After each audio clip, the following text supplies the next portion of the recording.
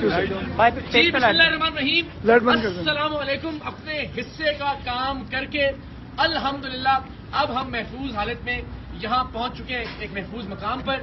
لیکن ہم سب نے، میری ٹیم کے تمام ارکان نے، اللہ سب کو سلامت رکھے، ہمارے کیمرہ مین، ہمارے آڈیو انجینئر، ہمارے پروڈیوسرز، ہمارے رپورٹرز، بابر ملک صاحب ہمارے پرنٹنگ کے رپورٹرز ہمارے ساتھ موجود ہیں، تھینک یو سو مچ۔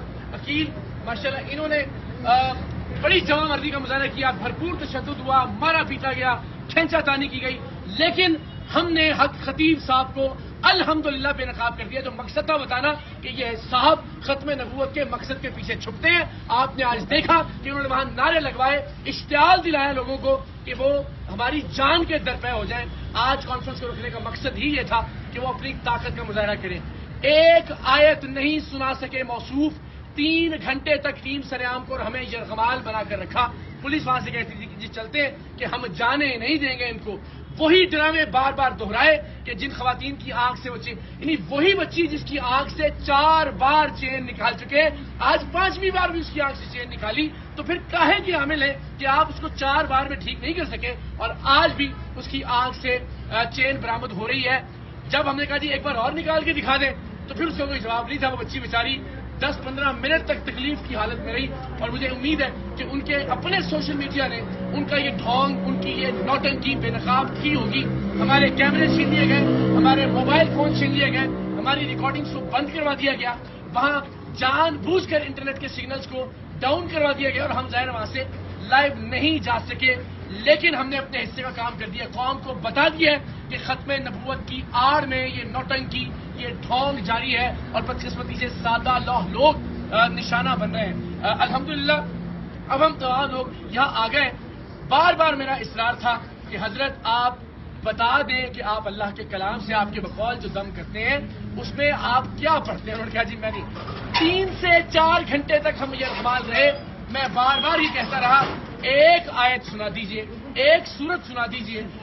آپ ختم نبوت کی بات کر رہے ہیں، ختم نبوت کا نام لے کر لوگوں کو اشتعال دلا رہے ہیں، ختم نبوت کی آڑ میں چھپنے کی کوشش کر رہے ہیں، لیکن ختم نبوت سے متعلق ایک آیت تلاوت فرما دیں، ایک حدیث۔ اتنے لوگ دیکھ رہے ہیں تو لوگوں تک پیغام پہنچ جائے گا ختم نبوت کا، لیکن وہ ایسا کرنے میں ناکام رہے۔ ہمارا وہ شخص جو ان کے ٹرک بے نقاب کرنے کے لیے وہاں موجود تھا، اسے دھمکایا گیا، اسے دھکے دیے گئے، اسے مارا پیٹا گیا۔ عقیل ہمارے ساتھ موجود ہے اور پورا مجمع چلا رہا تھا عقیل کو سامنے لے کر آئیں، عقیل کو سامنے لے کر آئیں گے۔ پاکستان کی قوم نے دیکھا کہ ہم نے اپنا وعدہ نبھایا۔ میں نے وعدہ کیا تھا کہ میں سید اقرار الحسن انشاءاللہ العزیز حق خطیب صاحب کے آستانے پر جا کر ان کے سامنے کھڑا ہو کر ان کو بے نقاب کروں گا، لیکن جو ٹرک تھے ان کے، اتنا شور، اتنا ہنگامہ، اتنی نعرے بازی اور اتنے پرتشدد اور اشتعال والے لوگ انہوں نے وہاں مشترک کیے کہ ظاہر ہے اس تک نوبت ہی نہیں آنے دی۔ لیکن ایک بھی کلام اللہ کے حوالے سے کوئی چیز نہیں سنا سکے، نہیں بتا سکے کہ وہ کیا وظائف پڑھتے ہیں، نہیں بتا سکے کہ انہوں نے یہ علم کہاں سے حاصل کیا ہے، نہیں بتا سکے کہ وہ قرآن کی کوئی صورت پڑھ سکتے ہیں دیکھ کر بھی یا نہیں۔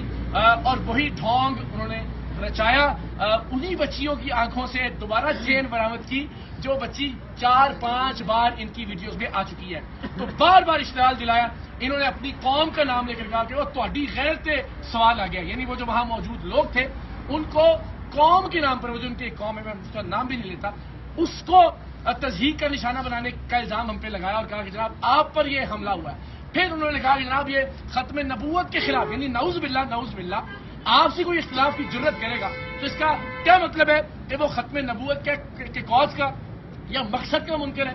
خدا کا خوف کیجئے، آپ اپنا حلیہ دیکھیے، آپ اپنی حرکات دیکھیں، یہ آپ کی بہادری ہے۔ اتنے ڈرپوک اور اتنے بزدل آپ ثابت ہوئے ہیں کہ اتنے 1000 لوگوں کی آڑ میں آپ نے چیخنا چلانا کیا، گفتگو کی توفیق آپ کو نہیں ہوئی، آرگومنٹ نہیں کیا، دلیل نہیں، اور الٹیمیٹلی ظاہر ہے پھر ہم نے اختتامی کار ان کو یہ کہہ کے، اور میں اپنے وعدے پر قائم، میں نے کہا میں دوبارہ کھانا کھانے آؤں گا آپ کے پاس، پھر کیمروں کے ساتھ ہم جائیں گے تاکہ، اور اس سے پہلے میں امید کرتا ہوں کہ علماء اہل سنت جاگیں گے۔